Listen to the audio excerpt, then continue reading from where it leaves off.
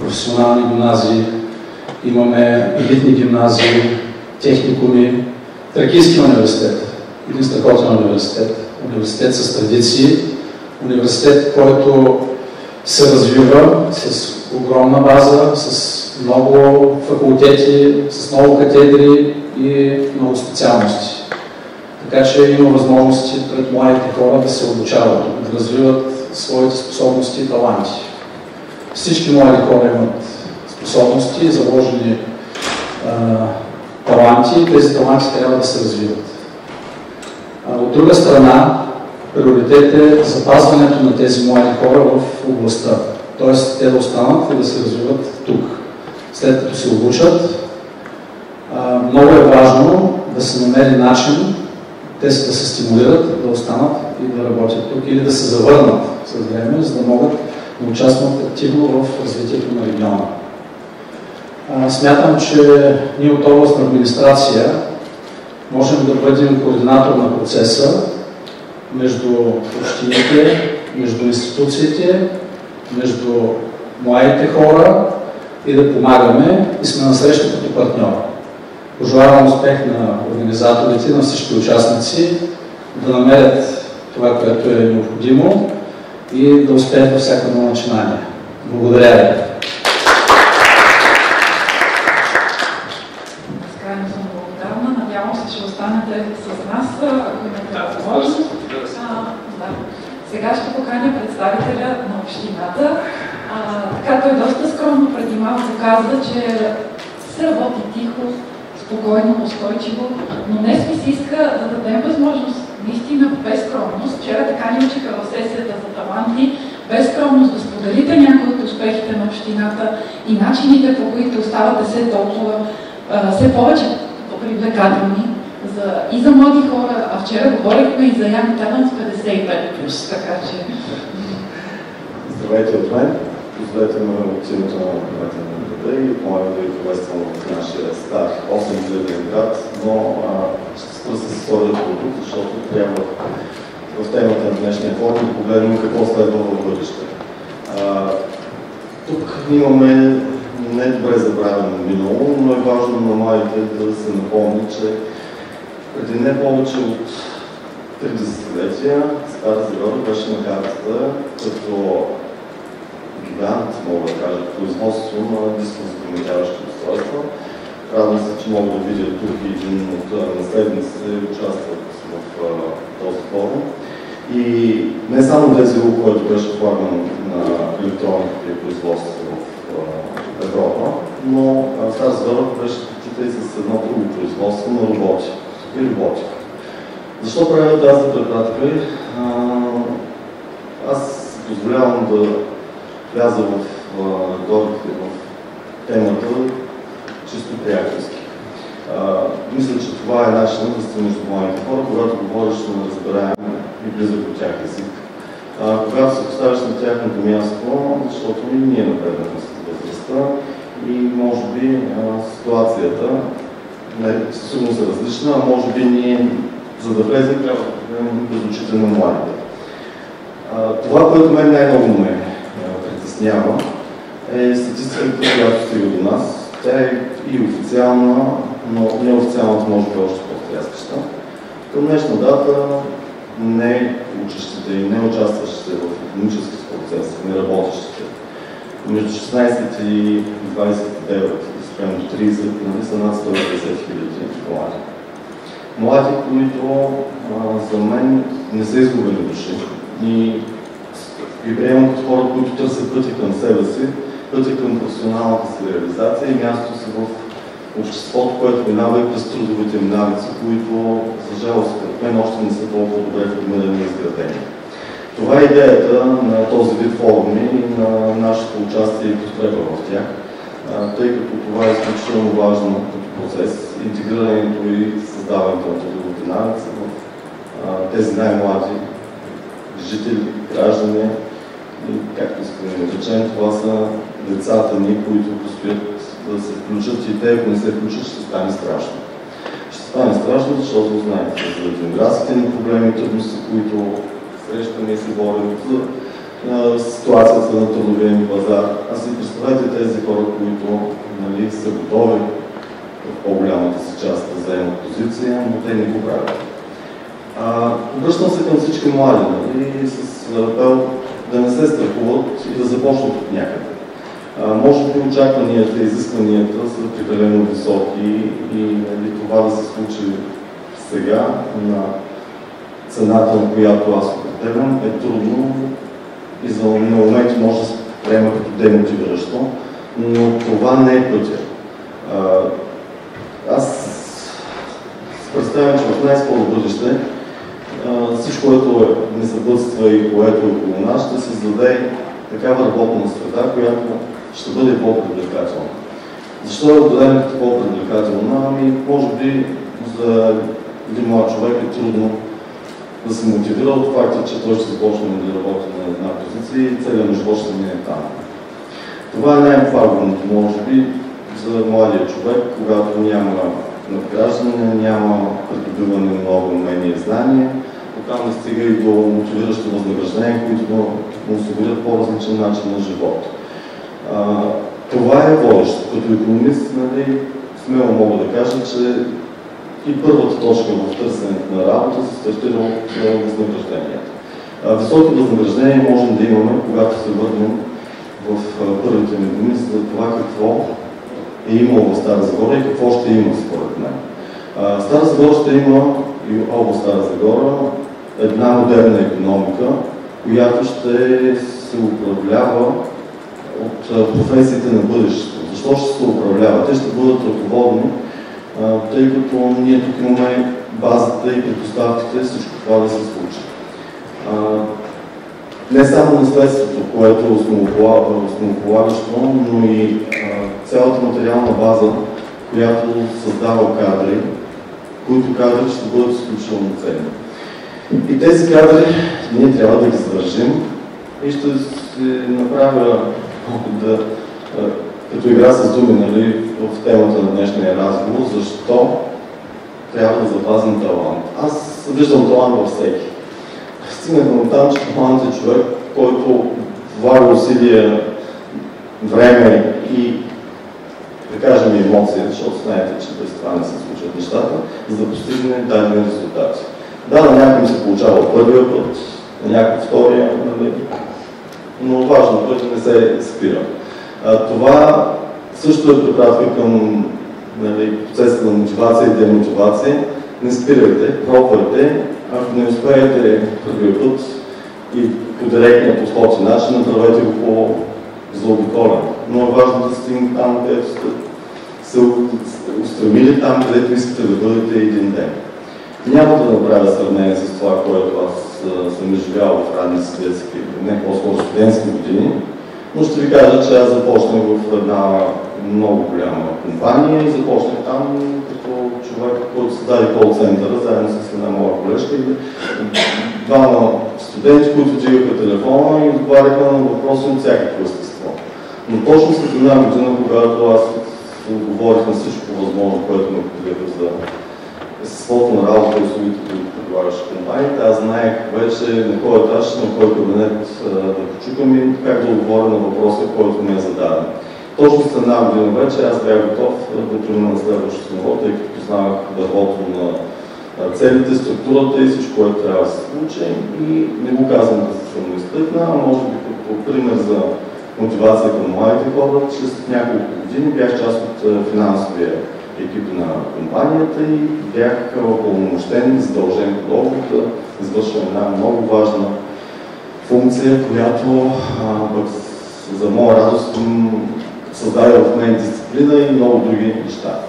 И това, пак казвам, споделям с идеята, за да разберете колко е важно да започнеш от някъде и няма нищо странно от това да бъдеш на най-ниското ниво, но за мен е важно, и го споделям опита ми, да бъдеш целеустремен само в посока, която е една за теб и най-важна. Това всъщност да не бъдеш хаотичен, да не бъдеш непостоянен и от най-ранна възраст, която позволява формулирането на трудовите навици, ти да се претеглиш силите и да ги насочиш там, където можеш да ги реализираш. Затова аз мога да споделя какво прави община Стара Загора по темата и се уточнихме, че таланти са на всички. Всички, които работят, всички, които се завръщат и всички, които остават тук. Защо се завръщат? Аз съм възпитаник на Старозагорска езикова гимназия и за жалост, мога да споделя, че голяма част от моите съученици тръгват и към света и Европа. Живеем в най-хубавите времена, малко пократително, както свят светува, с отворени граници, без ограничения, с възможност да бъдеш гражданин на света буквално, да упражняваш професията, която се добър от всяка точка, която позволява техническа свързаност и да вземеш в една възраст с пълен шеф от живота и да намериш себе си и това, което искаш да правиш. Но и да време да се върнеш към корените и дано е за добро. Някои се връщат и по други причини, с родители, с процеси, които трябва да слушат тук. Но моите хора си представям и вярвам, че ще се върнат за Стара Загора поради няколко причини. Тук е лесно, удобно и приятно да отгледаш дете. Казвам го от личен опит. Стара Загора е най-зеления град и след няколко месеца, след завършването на двата основни парка, отново ще бъде в пълния си блясък. Ще даде възможност за отдих и спорт в базите. С умишлено казвам, тъй като и сега има достатъчно бази. Аз изброих поне 8 парка, които могат да се посетят, освен двата затвори, но да, ние се съобразяваме с общественото мнение, работите по парковете и ще бъдат отворени. Но най-зеленият град с изцяло подновена инфраструктура в сферата на образование, на социални дейности, на спорт, дори на култура, която инфраструктура дава възможност, освен да гледаш деца, да правиш любимите си занимания тук в Стара Загора и да спортуваш. Достатъчно добре развита образователна система с профилирани техникуми и гимназии, които дават към момента пълния обсек на професиите, включително тези на бъдещето, които следват. Работиш, функционираш, както каза и господин Драгитлиев, Тракийски университет, с постоянно актуализиращи се нови професионални умения, които можеш да получиш там благодарение на специалности, които се разкриват. И се връщаме вече към момента на реализация. Реализацията идва на база на намиране на подходящо работно място. Подходящо работно място в Стара Загора ще има съвсем скоро за всеки. Това смело мога да го кажа, тъй като знаете, че за втора поредна година Стара Загора се мога да влезе за община с най-много привлечени инвестиции и това не е награда, която служи само за значка на ревера. Тя е награда, която е на база на реално случващото се като процеси. И също го казвам пак и връщам към младите хора. Според мен, съвсем скоро в Стара Загора, при стартирането на всички производства, които се очакват, младите хора ще могат да започнат и да придобият уменията, които са необходими в производството на продукти, които вече са от друг тип. Друг тип от това, което се случва през последните години, какво се случваше през последните 30 години в България. В голямата си част икономиката беше на база сглобка или база ишлеме. Аз уважавам труда на всеки и инвестициите на тези компании в България. Те трябва да присъстват в една част, но ние се стремим и препратката към производство, което се добавя на стойност, тук трябва да се отбележи, а това е точно, може би сега за младите, за да привлека отново малко внимание да не отличавам, сте видели в интернет пространството, че имаше едно сравнение, колко струва 1 кг метал, през различните цикли и фази на неговото обработка, до къде стига като стойност. Ами това е целта на икономистите и на финансистите, които гледат дългосрочно. Това се прави в Стара Загора като производство. Или дълги икономически вериги, които дават възможност за надграждане, което е на база ноу-хау умения, патенти в едни суровини, които вече да изглеждат като крайен продукт, който е и конкурентоспособен. Защо е важно да има такива продукти с дълги циклични вериги? Ами важно е, защото там е добавената стойност. Там са конкурентните правителства. Всичко друго, което говорихме с глобката, да, то е на нивото, което позволява да бъде упражнявано като професия, но там разнообразие и растеж няма като цяло. Затова добавената стойност ще даде възможност на хората, които са в трудоспособна възраст и имат желание да добият уменията и да продължат да се развиват. Така. И доста говорих, но ще мина основно и през важно за област Стара Загора и за община Стара Загора. Стара Загора се включи в България Лонси, беше в самото начало част от инициативата. Радостното е, че заради всичко, което се случва на макро и микро неща в Европа, има осезаемо връщане към родните места в България. Стара Загора, точно в частта на хората с съзнание в езици и придобити тук умения, се връщат и това няма как да ни радва. Особено когато те има къде да започнат да работят, където има децата им започнат да учат и да се развиват. Затова приветстваме инициативата. Минаваме през Working Стара Загора, която е в трета поредна година, с цел да не позволява изтичането на младите кадри още в процес на тяхното формиране на професия дори, която да бъде тук в Стара Загора и да остане тук в Стара Загора. Трябва да споменем инициативата на Инвест Стара Загора, която цели и е на път да реализира инвестиционен стартъп хъб, да го наречем хъб, който дава възможност за стартиращи бизнеси на млади предприемачи, но в най-скоро бъдеще и по най-бързия начин да започнат да упражняват това тяхно намерение и мечта, дори аз така определям стартъпа, с покровителство на малко по-изявени компании и може би се го представям дори с менторство от страна на вече утвърдени имена. Има няколко примера за това, може би по-късно ще споделя и имената им. Но идеята е тези стартъпи, дай Боже, да извървят пълноценно годините си на развитие, да стъпят здраво и да продължат да съществуват на икономическия пазар, който ние развиваме цяло. И не на последно място, дигиталния хъб Загора, който помага за дигитализацията на предприятията, които са тип малки и средни, и възможността за добрата координация чрез дигитализация между администрация в лице на държава, общини и бизнес. Това е с няколко думи и ще се радвам, ако можем да внесем това с пряка дискусия.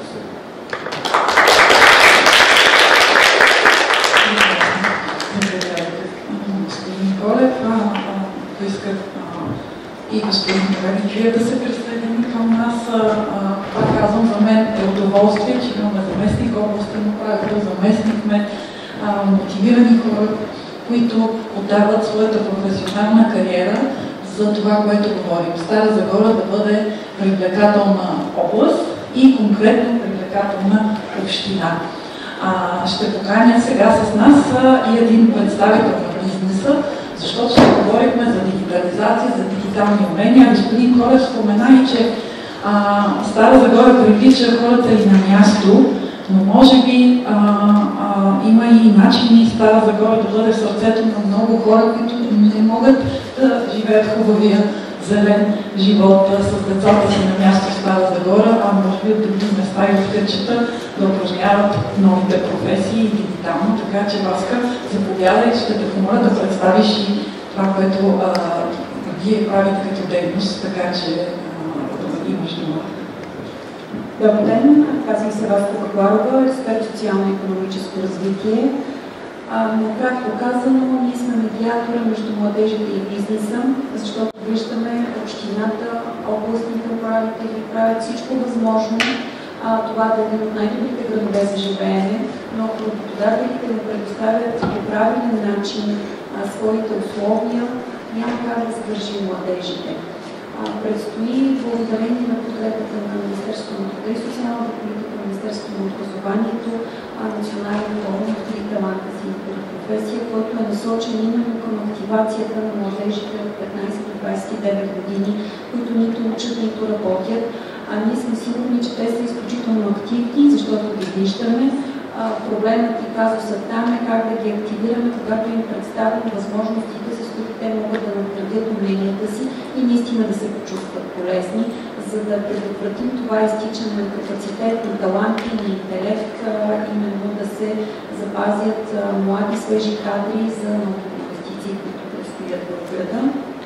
Ключовото нещо, с което ние също така се отличаваме, е нестандартен подход с помощта на алгоритми и изкуствен интелект, вече да се определят талантите на младежите, в кой сектор е удачно за тях те да работят, в каква професия да се интегрират. И тук правим отново връзката между обновлението на дигиталните умения, обновлението на предприятията и дигиталните умения на служителите, плюс дигиталната трансформация на бизнесите. Ключово за регион Стара Загора, разбира се, са производствата. В момента, в който те се обновят, дигитално се трансформират, могат наистина да станат привлекателна сила за младежите, за да има приемственост именно между поколенията. И това са нашите теми, с които подкрепяме както бизнеса, така и младежите. Благодаря.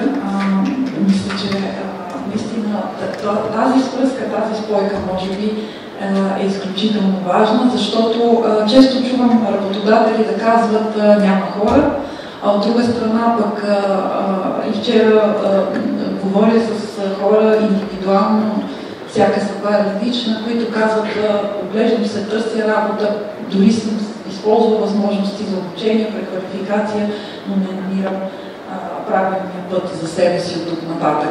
Така че мисля, че от тази гледна точка услугите на Агенция по заетостта, но и всички такива подкрепящи, свързващи институции, кадри, дори бизнеси, смятам, че имат роля.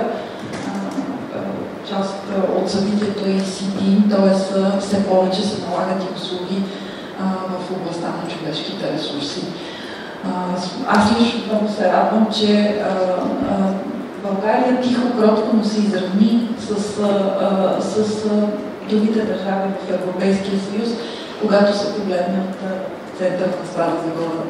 Смятам, че имаме наистина чудесни условия за работа, чудесни условия за живот, за отглеждане на деца, зелена инфраструктура, пътуване.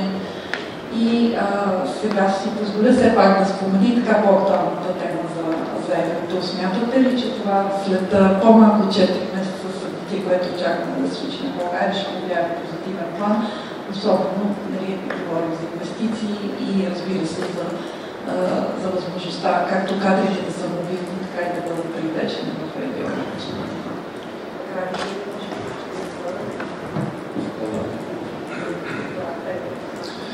Да, смятам, че процесът ще бъде в началото леко стресиращ за гражданите, но като цяло в дългосрочен план смятам, че ще е положителен.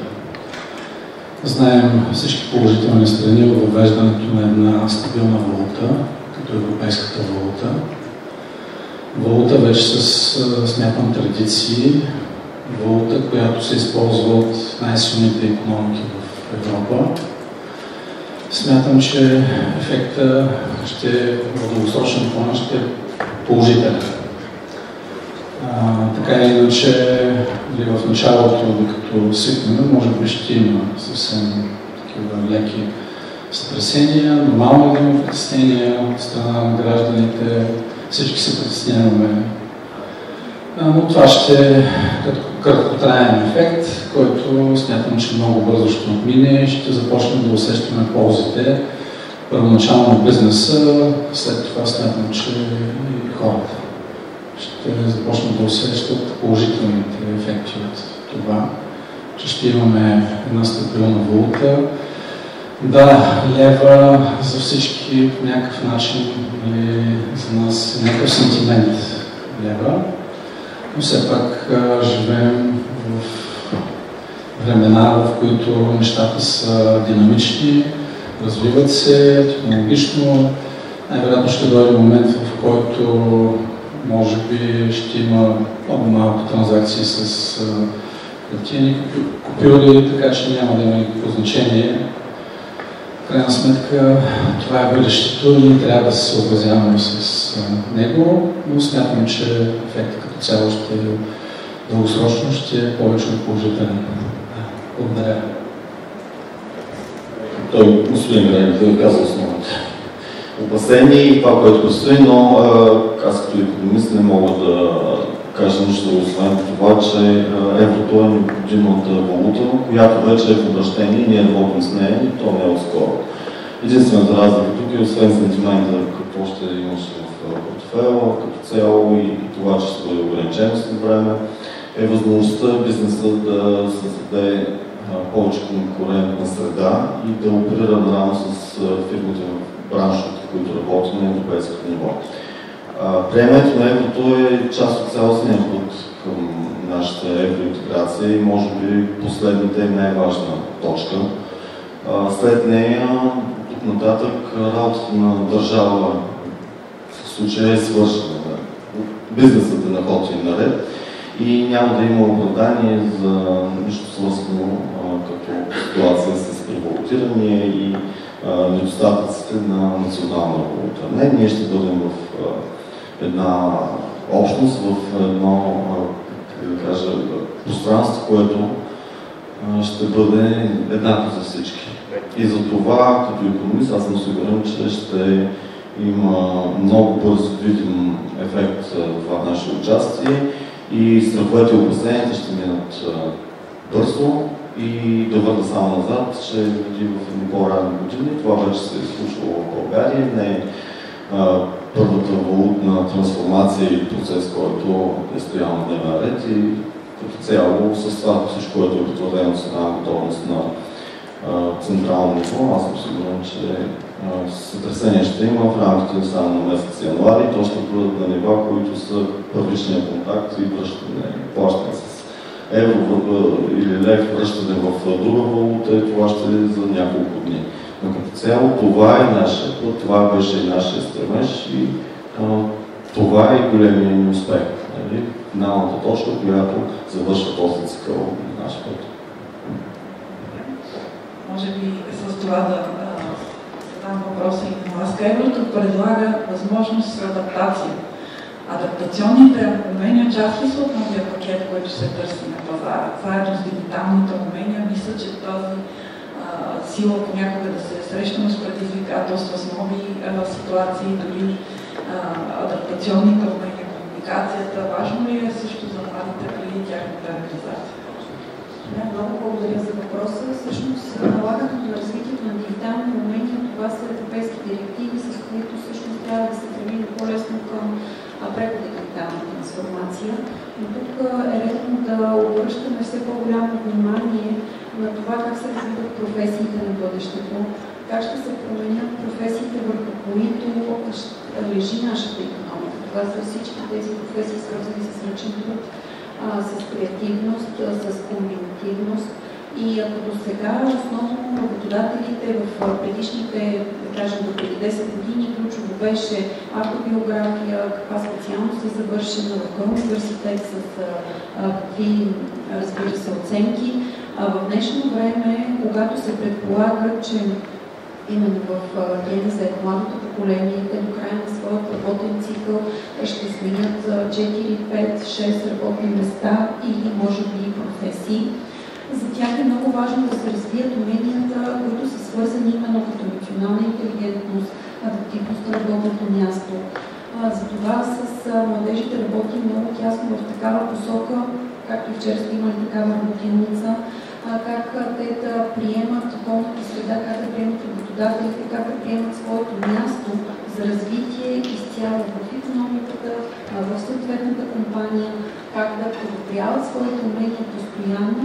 За щастие днес с благодарение на дигиталните технологии и благодарение на всички допълнителни квалификации, които се предлагат както на национално ниво, така и съответните работодатели, младежите могат много бързо да повишават своите компетенции, умения, но трябва да имат открито съзнание и готовност, че това се изисква и не е пожелателно, а е задължително.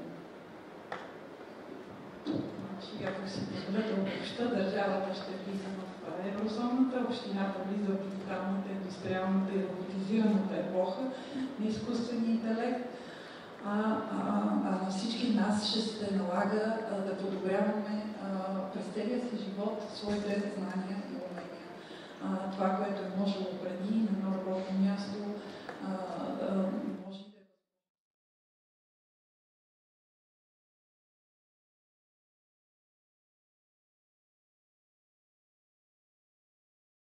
да дори когато са на едно и също работно място и продължават в него с години. Ще си позволя сега да ви поканя и панелистите, но и ние да изгледаме видеото от архитекта Елица Панайотова. Тя е един от първите, как да кажа, мотори за Софийския технологичен парк. Господин Колев спомена, че Стара Загора ще бъде хъб, ще има своите технологични зони, индустриални паркове и така, но Елица се съгласи, извинява се, тъй като се открива обект в момента, но да ни изпрати това видео, защото и тя като професионалист, и като човек в регионалното развитие, но и вчера темата за техническите специалности и кадрите на бъдещето, които няма да спрат да имат нужда от точно този тип умения. Инфраструктурата ще остане и в бъдещето, нейната поддръжка, инвестиции и нека да чуем Елица.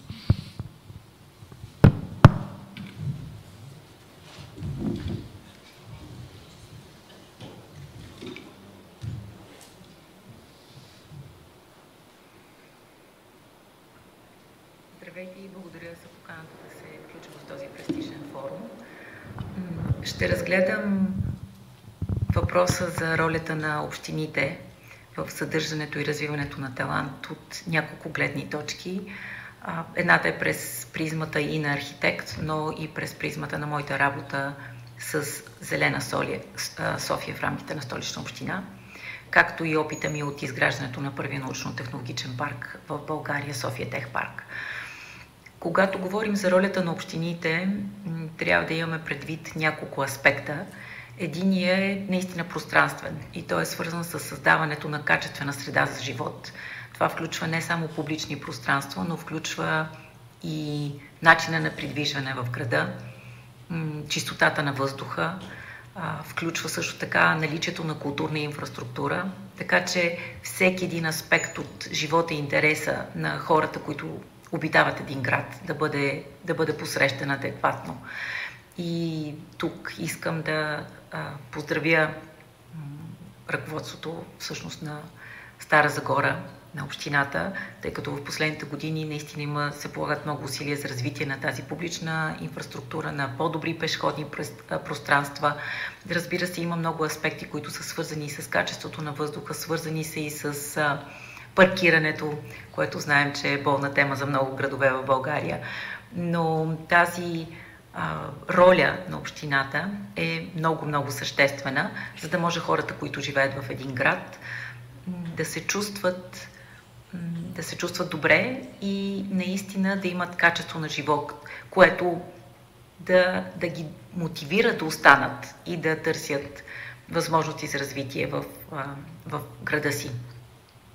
В днешно време с глобализацията и с абсолютно отворените, поне за нас, граници, възможностите за реализация навън и възможностите за живот на друго място са много широки и безкрайни.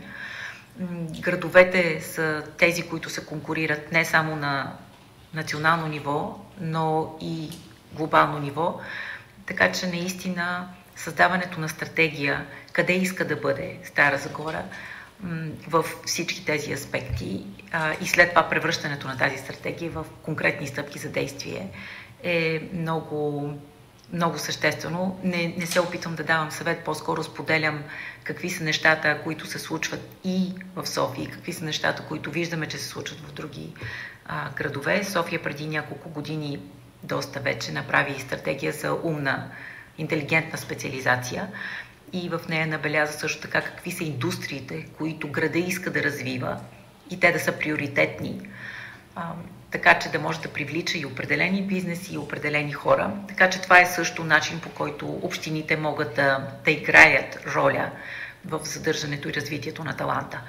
Разбира се, много е важно да кажем, че ключовата дума и на този форум, но и по принципа комуникация, за да може наистина всички ние да сме адекватни и в проектирането на публични пространства, и в стратегиите за развитие и привличане на талант и задържане на такъв талант, е много важно да има добър контакт и активен и постоянен между всички заинтересовани страни. Това са и бизнеса, и учебните заведения, и младите хора, за да може да се види какви са различните посоки, в които всеки гледа, какви са нуждите, какви са липсите и вече да се стигне до цялостна визия и стратегия как във времето тези идеи и нужди да бъдат посрещани и развивани. Също така е важно да кажем, че инфраструктурата играе ключова роля. И тук идеята за изграждане на научно-технологичен парк в Стара Загора е също много добра и широко приветствана идея. Аз също имах няколко срещи с Тракийския университет по тази тема, с идеята да им помогнем в каква посока трябва да върви един такъв процес. Тази инфраструктура е ключова, но тя трябва да бъде също така надградена с така наречените меки мерки и да е свързана с процеси. И тези процеси наистина стъпват върху комуникацията и активното партньорство между бизнеса и университетите и младите хора. Бизнеса в много случаи, и това не е феномен, който е български, а е световен, в много случаи има нужда от развойна дейност, но всяка една компания не може да си позволи да закупи оборудването, което е необходимо за такъв тип не основна за бизнеса дейност, но ключова за стратегическото му развитие. Затова едни от първите и най-успешни примери за създаването на така наречена споделена инфраструктура са катапулт-центровете в Великобритания. Ние бяхме поканили преди години, когато развивахме научно-технологичния парк в София, експерти от Великобритания, които да разкажат повече за това как функционират тези центрове или как функционира тази споделена инфраструктура. Резюмето е следното. Това е високотехнологично оборудване, което се разполага в близост или в учебните заведения, т.е. университетите, и дава възможност на съвместно опериране и работа между бизнеса и университетите. По този начин образователната инфраструктура може да ползва това оборудване и студентите да го ползват и да могат да правят различни научно-изследователски дейности и приложни. Също така бизнеса може да го ползва за своята развойна дейност, като в същото време работи активно с кадрите на университетите. И това е най-win-win ситуацията, този модерен термин, защото всички страни печелят и споделят ресурс, не само финансов за закупуването на това оборудване, но и също така ресурс за хората, които работят с него и експертизата, която трябва да бъде развита и запазена. Така че това е една много ключова посока и за мен Стара Загора има потенциал да развива такъв тип споделена инфраструктура, която може да се ползва между бизнеса и университетите и това да е в полза на, в крайна сметка, младите хора и възможностите им за бъдещо кариерно развитие. Но пак казвам, едно от най-съществените неща, които присъстват във всяко създаване на успешна стратегия и присъстват във всяко създаване на успешен технологичен парк е комуникацията между различните ползватели на такъв тип стратегии и такъв тип инфраструктура. И пак казвам, това са бизнеса, това са младите хора, това са ръководствата на университетите и преподавателите, и това трябва да е диалог и да се изгради такава платформа, през която той регулярно да може да се случва и по този начин да помага и на администрацията, за да може адекватно да следва посоката, в която и бизнеса върви, и младите хора търсят. И тогава това ще е, може би, най-успешното, не може би, а това ще е най-успешният модел, по който да се развива активно града и региона и той да привлича, не само да задържа, но и да привлича млади хора и хора, които искат да живеят и да се развиват там. Ще завържа с една, може би, шега и намигване. Аз имам много приятели от Стара Загора, много от тях работят по света в различни технологични и иновативни области и те винаги наричат Стара Загора центъра на света, на Вселената дори, ако трябва да съм по-точна. И за мен това е, може би, едно намигване, но шеговит начин да наистина да имаме амбицията да превърнем Стара Загора или все повече да я развиваме като такъв център, който привлича, задържа много талантливи млади хора и развива различни технологични бизнеси, които да са конкурентни на световно ниво. Благодаря ви и успех на форума. Благодаря на всички. Мисля, че това беше добър завършек на панела. Ще пожелая на всички участници, наистина Стара Загора, както е енергийно сърце на България, да се превърне и в технологичен център на Вселената, научно-технологичен, образователно.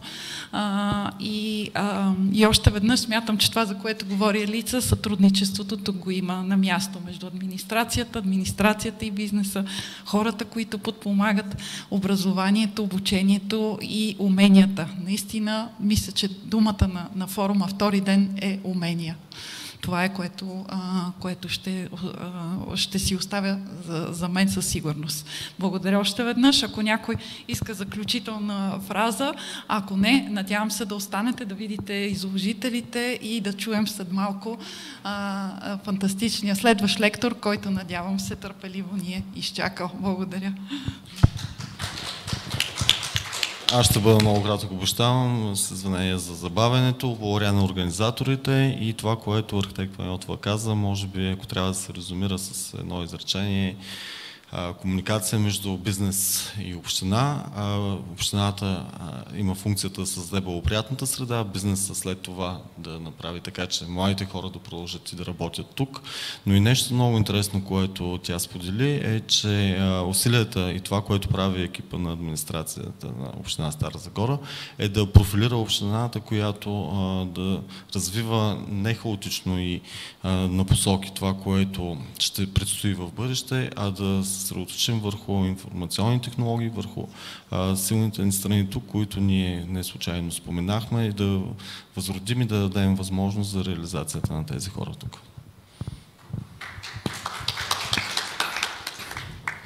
Аз ще допълня това, което каза колегата. Първо ще благодаря още веднъж на организаторите за възможността провеждането на този форум.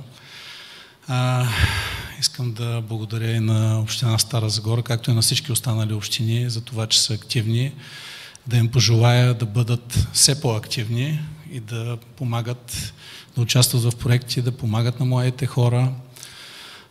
Само ще включа, че тук освен общините, институциите, смятам, че и учебните заведения също са много важни.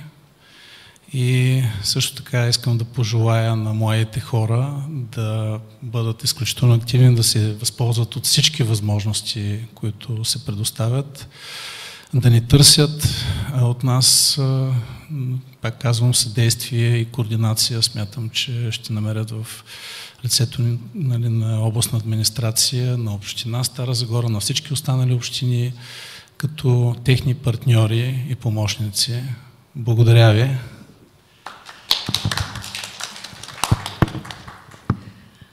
Като заключителни думи, разбира се, след благодарността ми, че ни включихте в този ключов за региона форум, мога да кажа само, че колкото повече и често се говори на младежите къде е тяхното място, за да могат те наистина да осъзнаят колко е важно да поемат наистина отговорно инициативата за своето развитие в ръцете си. На второ място е създаването наистина на активна и комуникационна екосистема за взаимодействие между бизнес, образователни институции, община, национални институции, разбира се, неправителствени организации, защото всички заедно винаги и само едно ще останем зависими в момента от това колко и какви качествени хора ще се превърнат всъщност нашите деца. Защото говорихме си, средства, финанси, благодарение и на еврозоната в момента ще бъдат гарантирани, но какво ще е качеството на хората, какво ще е качеството на нашия стандарт на живот като общество, зависи от това как ние ще развием младежите и какви условия ще им предоставим, за да останат в съответния регион, в съответните населени места, да се предотврати и обезлюдяването. Тук за щастие нямаме такъв казус, но има области, общини, в които това са много сериозни теми. И наистина нека да гледаме на младите като нашата глътка въздух и възможността наистина да премине много по-бързо в следващата дигитална ера. Благодаря ви за вниманието.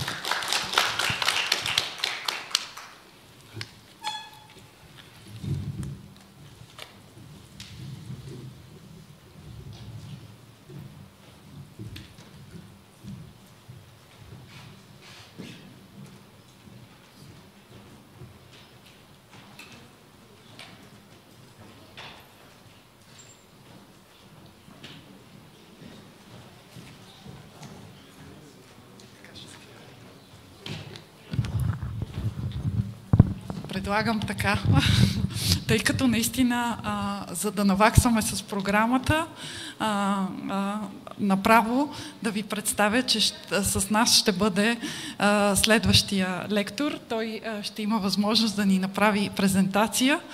И Румен, давам ти думата, както се казва на английски, без further ado.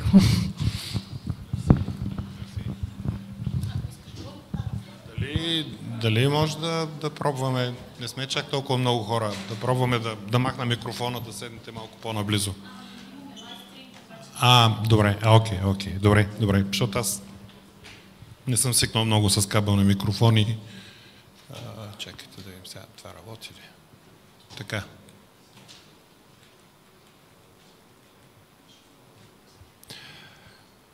Така, ще се пробвам да не ви... Извинявам се, обърках копчетата. Да не ви изяждам от обедната почивка. Така че ще приключим до 12 часа. Ще гледам да се впишем. Това го няма в презентацията, но нали не ви смущавам, че така се седя? Добре.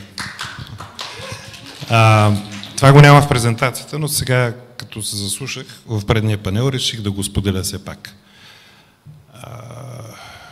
Господ дава, но в кошара не вкарва. В този смисъл аз дълбоко вярвам от много десетилетия насам. Вече 7. Да. Че каквото и да ни се случва е въпрос на наш личен избор. Няма нито една ситуация в живота, в която да нямате поне 2 избора. Да го направиш нещото или да не го направиш. И тези избори не са въпрос на нещо там, веднъж на 5 години, веднъж на 1 година, сядаш и казваш, сега ще правя избори. Не. Това е избори, които правим всеки ден.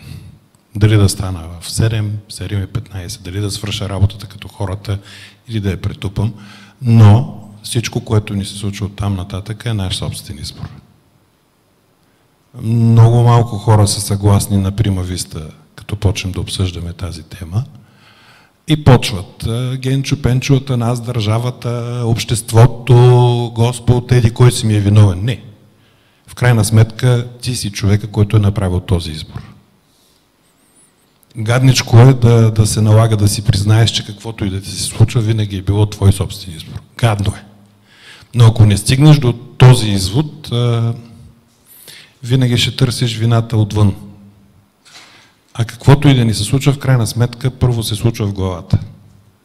И за това, след 30-летия корпоративен бизнес от Камчатка до Скандинавия, за шведската тежка индустрия, разбрах, че съм прав. Мога да говоря дълго на тази тема с който и да е, след това по време на почивката. Та. Второто, което бих искал да споделя е, че вие тук сте млади хора. Това, което сте учили преди 10 години, вече е безнадежно остаряло. Това е положението. След 5 години това, което работите сега, половината от вас няма да го работят. След 10 никой няма да го работи. Може и по-бързичко да се случи. Тоест в момента, в който престанеш да се променяш, както Дарвин е формулирал теорията на еволюцията, организмите, които престават да се променят и да се адаптират към променящите се условия на средата, те отпадат. Следващи. И ако не искате да сте от тези, дето отпадат,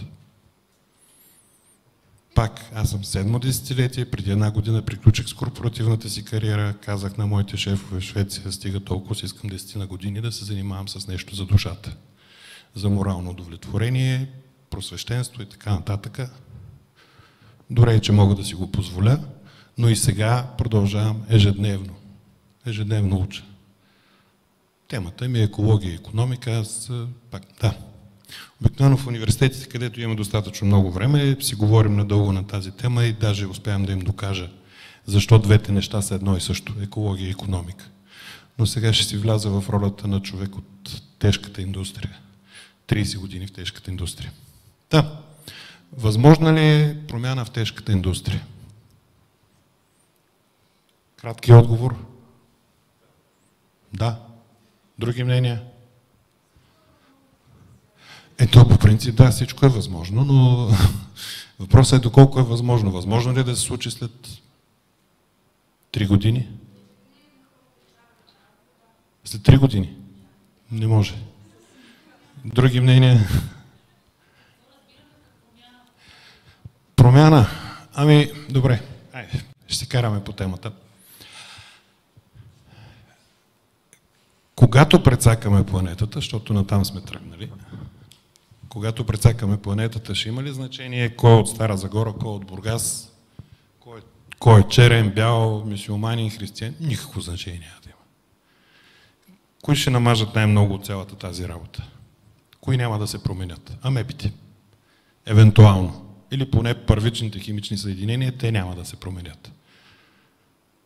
Планетата лесно ще рестартира цикъла. Ще каже, тия не стават, следващия. Има още горе-долу 4 милиарда години. Да направи втори опит, трети опит, ама ние ги нямаме. Затова се опитвам да обяснявам на много хора, че ние го нямаме това време, 4 милиарда години. Може би защото ние сме единствените живи същества на тази планета, които са способни да унищожат не само себе си. В смисъл, има много организми в еволюционното развитие, които са се унищожавали.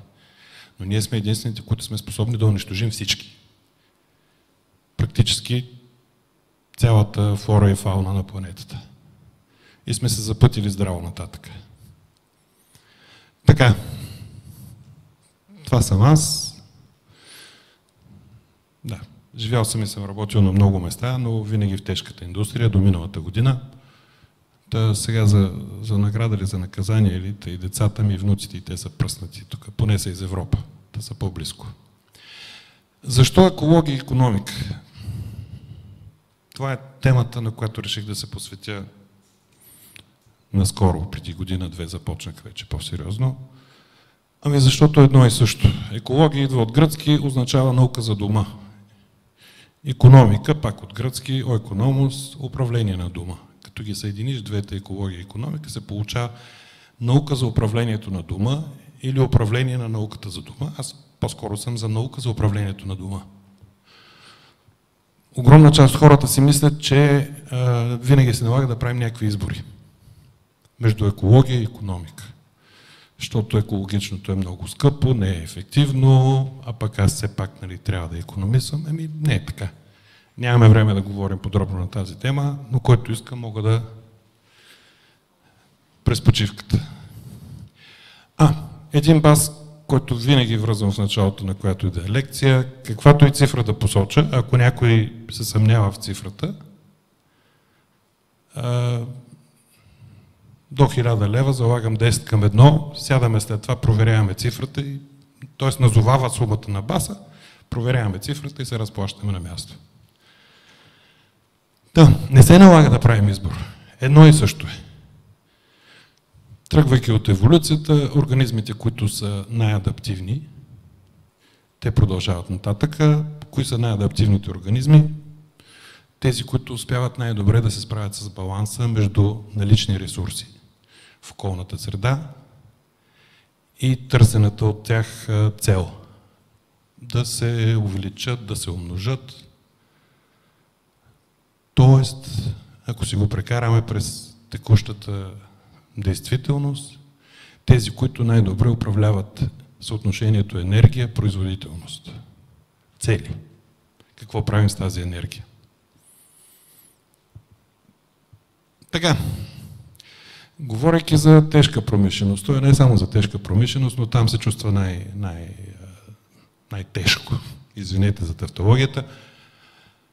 За малко повече от век потреблението на енергия се е увеличило 14 пъти. А ние каквото и да правим, имаме нужда от енергия. Не само яденето, но енергия в най-първичния вид. Дали ще е топлинен, електрически, както искате. Всичкото е енергия. 14 пъти. Ако го проектираме, въпреки че всички тези, голяма част от тези прогнози за потреблението на енергия са се доказали като невалидни. Просто защото голяма част от пророците изхождат от това, което е сега, гледайки назад.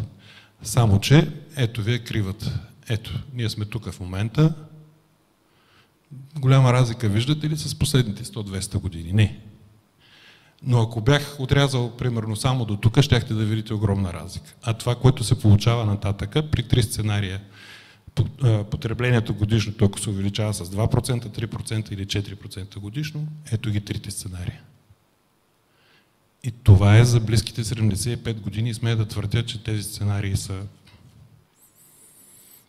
доста погрешни. Това е при 4% увеличение. Най-горната права. То не е... Който е учил математика или си спомня от гимназията, това е експоненциална крива. Ако вземем... Добре, както да е. Ако погледнете 2050, един отрязък 25 години, който за размерите на глобалната икономика е нищо и за историята. В момента сме на 170 хиляди тераватт часа консумация. 500. И това е много оптимистично. Няма да е 500, много повече. Защо не можем да продължим без коренна промяна в начина, по който добиваме енергията си? Това е важното. Останалото за стоманената индустрия, как може да се промени на моя личен опит, мога да го говоря дълго. Към момента възобновяемите източници са там чак горе. Въпреки огромния напредък, а не възобновяемите са 87%. Сега си помислете от живите организми колко са тези, дето ядат въглища, петрол. Познавам няколко бактерии. Да, те затова са останали бактерии. Останалите в огромната си част ползват възобновяеми източници. Пак въпрос на проста икономика е говорейки за първичния потенциал на всяка една материя, защото съотношението материя и енергия, още Айнщайн го е формулирал, но винаги всичко, материята е и енергия в друга форма. И никога не се губи. Само че когато губим 80% примерно от потенциалната енергия, налична в фосилни горива, какво правим? Нищо. Изгаряме ги. Добива им става все по-тежък, все по-труден. Преди няма 100 години в Щатите или на Каспийско море е било достатъчно да копнеш с лопатата и блика нефта и си готов. Сега трябва да копнеш, примерно на 3-4 км дълбочина. И това е крайен ресурс. Представете си, ако трябва в близките 25 години да увеличим трикратно потреблението си с фосилни горива. Не е възможно, и да е възможно, ще бъде толкова скъпо, че всичко останало ще стане още по-скъпо. За съжаление, един от многото странични ефекти на фосилната икономика е този. Мисля, че не се очудвате, че емисиите на въглероден двуокис в атмосферата са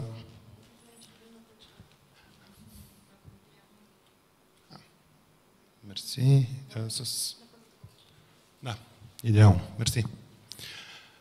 Не случайно буквално съвпада с растежа на потреблението на фосилните горива. Вие сте културни, интелигентни хора, наясно сте. Защо е така? Това го говорихме. Така, 65-70% от първичната енергия, налична във всички фосили, които потребяваме, отива в добив, транспорт, производство и дистрибуция. Това е преди да почнем да потребяваме в по-високи форми. Като примерно любима тема – ДВГ. И там се губят още 75% от оставащите 30%. Защото ДВГ-то, въпреки че вече веки кусор се развива, това е, повече от 25% не може да достигне. Аз както и да го гледам, това си е едно огромно разхарчване на енергия. Няма защо да обяснявам, че става все по-скъпо. Преди 100 години барел е бил $1, $1,50. Сега като е до 100, казваме окей. А след още 25. Така. Света се променя. Искаме, не искаме. Мразя да се правя на стар марморко, да се оправдавам с възрастта. Света се променя. И то се променя с темпото на онази експоненциална крива. Това е положението. Или ще се адаптираме, или ще отпаднем. Следващия.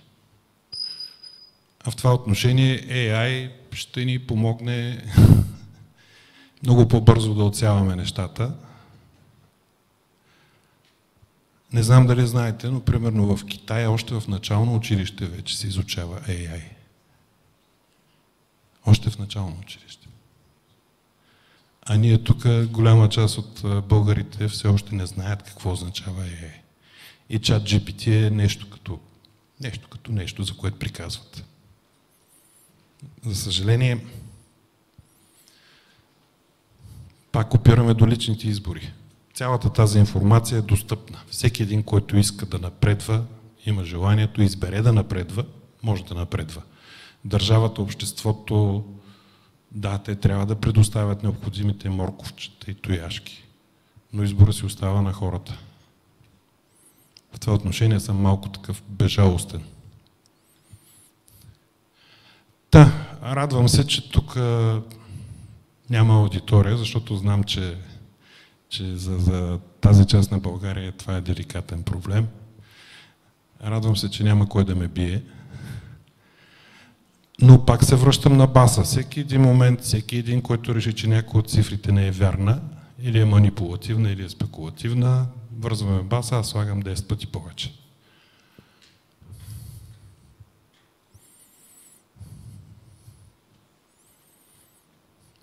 Който иска, веднага ще му пратя след това презентацията.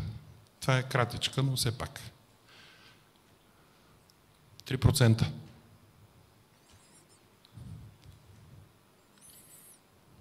Като чуете възгласа, ще останем без работа и ще умрем от глад, в момента всеки един в тази зала и всички наоколо плащат по 1200 до 1500 лева годишно, за да продължат да работят тецовете.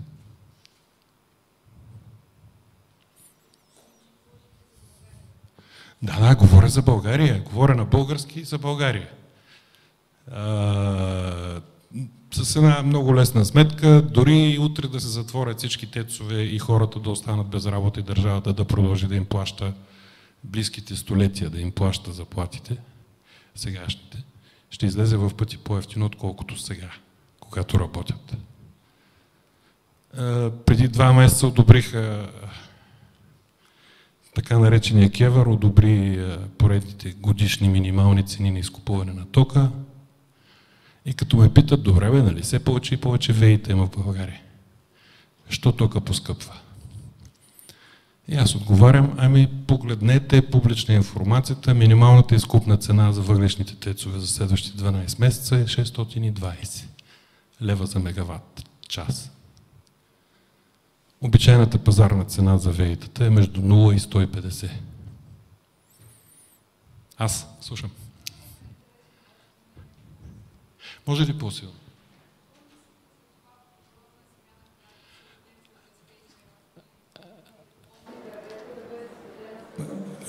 Разбрах. Извинявам се за нетърпението, понеже аз не знам дали сте попадали на мои клипове. В последната година пускам доста клипове в Facebook профила си, в TikTok, YouTube, еко.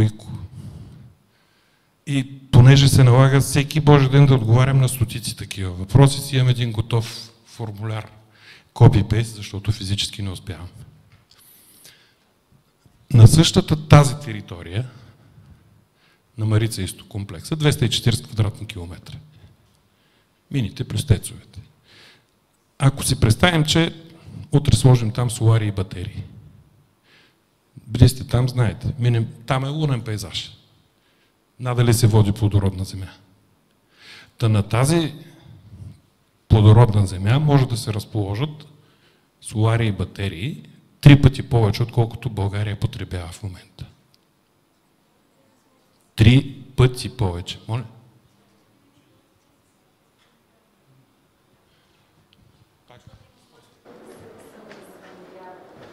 Кое е, мините ли?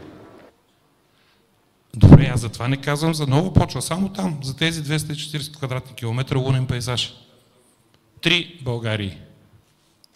Цитирам ви цифри. Който смята, че не е вярно, дайте сумата и след това ще проверим детайлно. 3 Българии.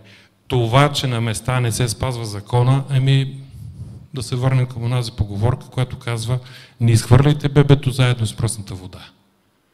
Заради конкретни случаи, където не е спазен закона, не бива да изхвърляте цялото. И при всички положения, ако тръгнем да сравняваме соларна енергия с въглищна, в пъти е по-евтина, много пъти. За чистотата не говорим. Та пак, мини Марица Изток, можем в близките 50 години да разчитаме само на енергия, ако речем да сложим там солари и батерии. Проекти БОЛ, но за сега плащаме. Всички плащаме. Ето го. Да, извинявам се, понеже наскоро я правих тази презентацията, даже си карам.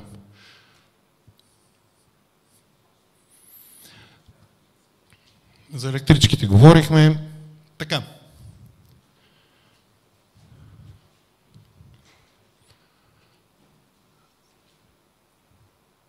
Как да продължим нататък?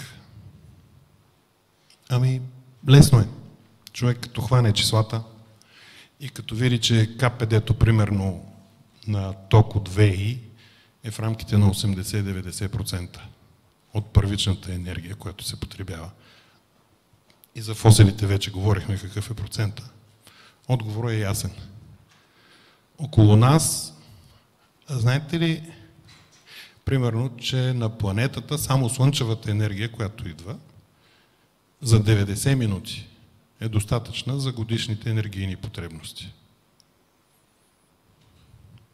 Тоест, ако речем да я потребяваме цялата, която пада върху повърхността,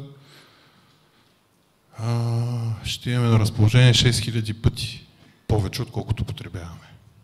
И това автоматически дава и отговор на въпроса колко, ако решим аджеба само с солари да захранваме цялата планета. Колко ще ни трябва? Една 6000.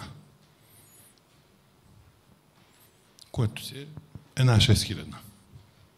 Както и да го смятаме. Така, ще забързаме към електрификацията. Освен добива,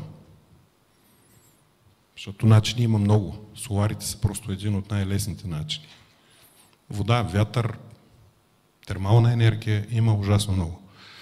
Но и голяма част от процесите, които ползваме в момента, примерно получаване на топло и студено, голяма част от тези процеси могат да се електрифицират. Практически всички могат да се електрифицират. Аз живея в такава къща, нямам достатъчно време да ви кажа, но примерно живея в къща, която струва на половина на квадратен метър на апартамент София, готова под ключ, само дрехите да си внеса, включително и всичките дворни инсталации. И съм сложил там солари, батерии, термопомпа за отопление и охлаждане, 260 квадрата насред полето с огромни прозорци. В смисъл, възможно най-неефективното.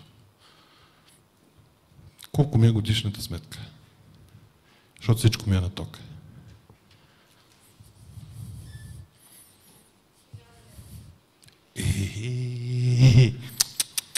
Не трябваше да издам 600. Моля? На половината на квадратен метър на апартамент. Ами, аз затова казвам на апартамент. На половината на квадратен метър на апартамент. В смисъл, аз спестих 50% спрямо ако бях избрал да направя апартамент. Спестих 50%. И плащам 600 лева годишно за това. 250 квадрата къща с огромни прозорци. 600 лева годишно. Това е включващо зареждането на 2 електрички за 30 на 1000 км. На половината на квадратен метър. Включително соларите и батериите. И термопомпата. И всичките инсталации на половината на квадратен метър. Примерно, ако приемем, че в момента е 2500 или колко е на квадратен метър в София. Примерно, не в центъра, там е ясно. Беше 1100-1200. Да, говорейки за електрификацията. Освен битовата електрификация, по-тежкият проблем е индустриалната електрификация на високотемпературните процеси. Аз идвам оттам. Почти абсолютно всички процеси могат да бъдат електрифицирани със същия коефициент на полезно действие. И сега съвсем накратко, предполагам, че не се интересувате много от стоманодобив, но ще ви разкажа защо. Защото аз 30 години работих за компания, която последните 5-10 години стана въглеродно неутрална. Това е стоманодобивна компания. Това е все едно някой сега да ви каже, че отутре тецовете стават въглеродно неутрални. Така беше преди 10 години с стоманодобива. Той е един от трите най-замърсяващи отрасли в света.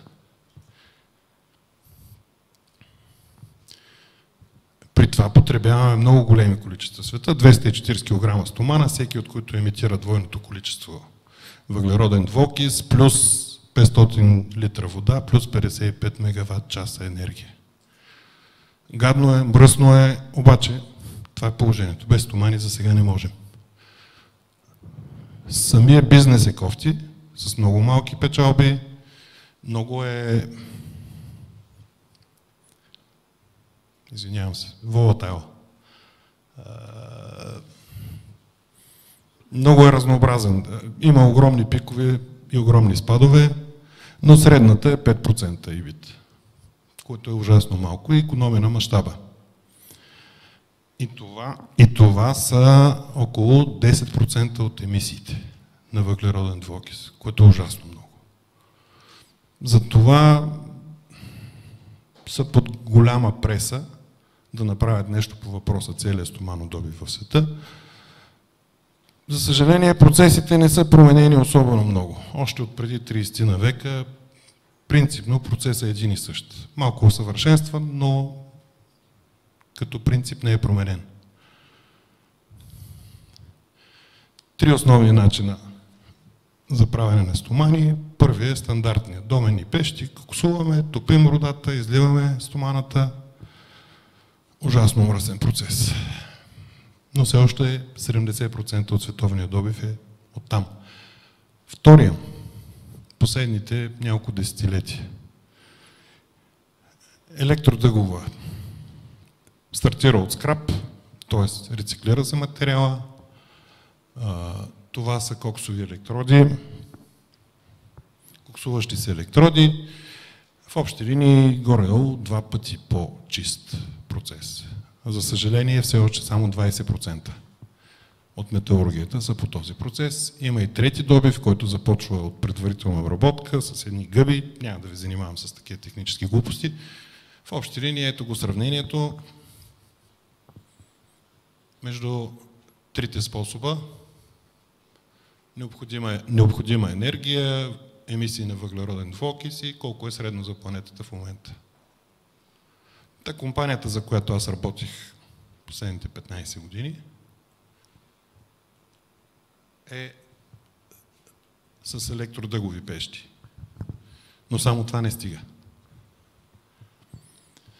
Има едни цели, за съжаление, все още това, което виждате, траектория под 2 градуса, ами ние вече сме почти на 2 градуса.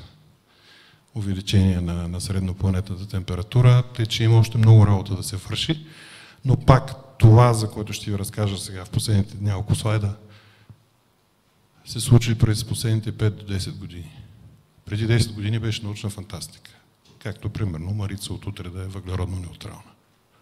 Случи се и вече не сме единствени. Тоест вече не са, аз от 1 година не работя вече за тази компания.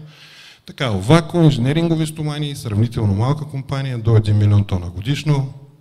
Инженерингови са специални стомани, високоякостни, за най-различни такива приложения.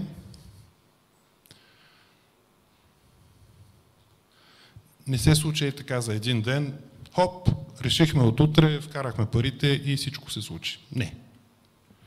Беше много години. Стъпка по стъпка, някои от основните етапи. Производство от скрап,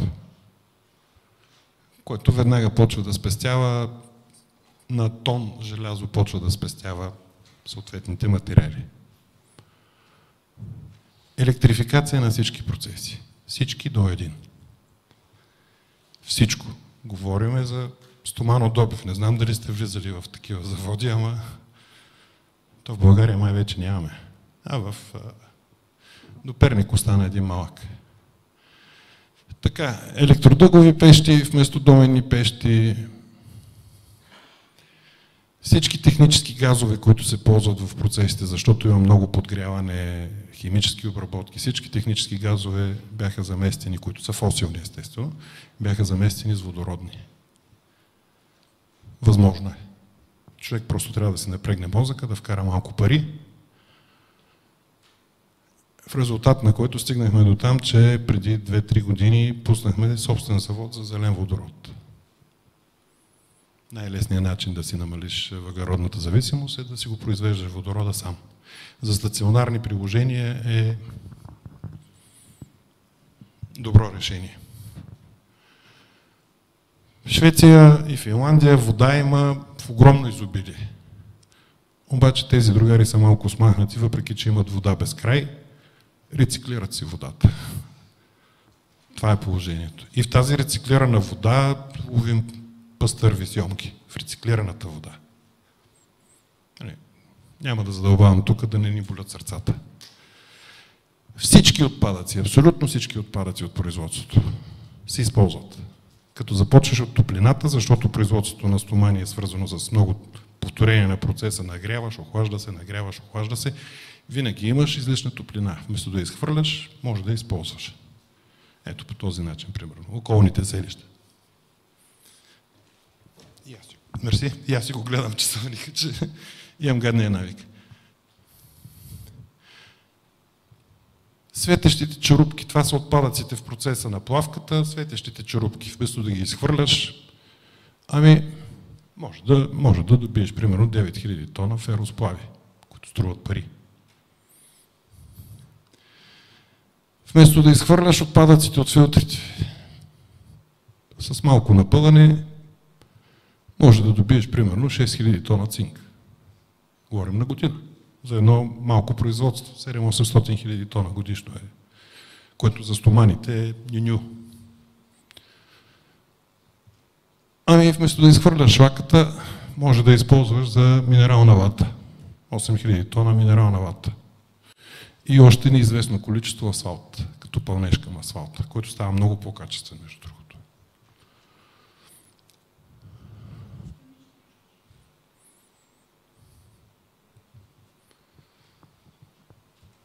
Стига толкова. Успях да се вместя. Това е. Първо искам да благодаря, както си моя реда, на организаторите. Аз понеже много обичам да приказвам. Второ, въпроси, колкото сварим сега тук, след това ще съм наличен вънка по време на почивката.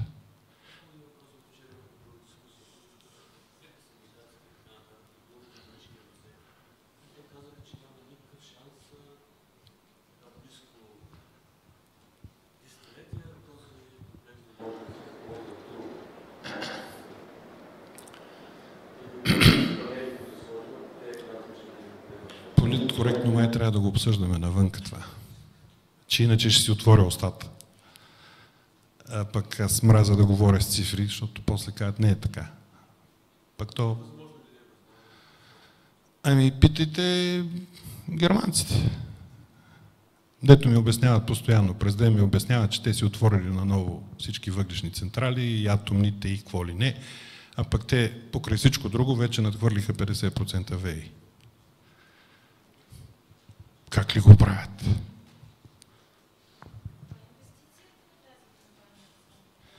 Това е една от топ 3 печелившите компании в Европа.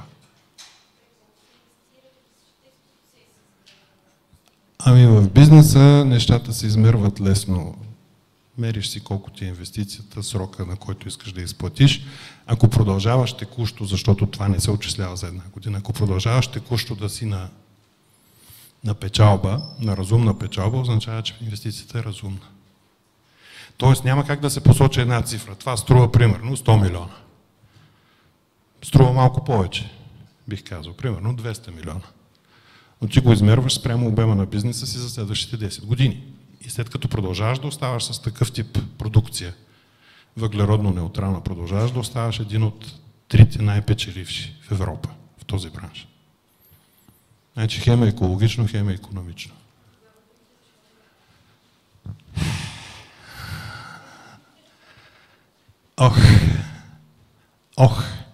Да се върнем на любимата ми фраза, на едните им казва еволюцията къш, другите ти продължавай. В бизнес е още по-жестоко. Има още 2-3 компании, които вече са на такъв етап. Изненада, всичките са скандинавски. Но другата изненада е, че огромна част от клиентите вече по цял свет, не само в Европа, искат въглеродно-неутрална продукция, защото по-нататъка пък на тях им държат сметка. Вие като произвеждате коли, какъв е въглеродният отпечатък? И съответно са готови да платят премиум върху цената, защото на тях това им спестява пари по-нататък. Това е тайната, не е никаква тайна.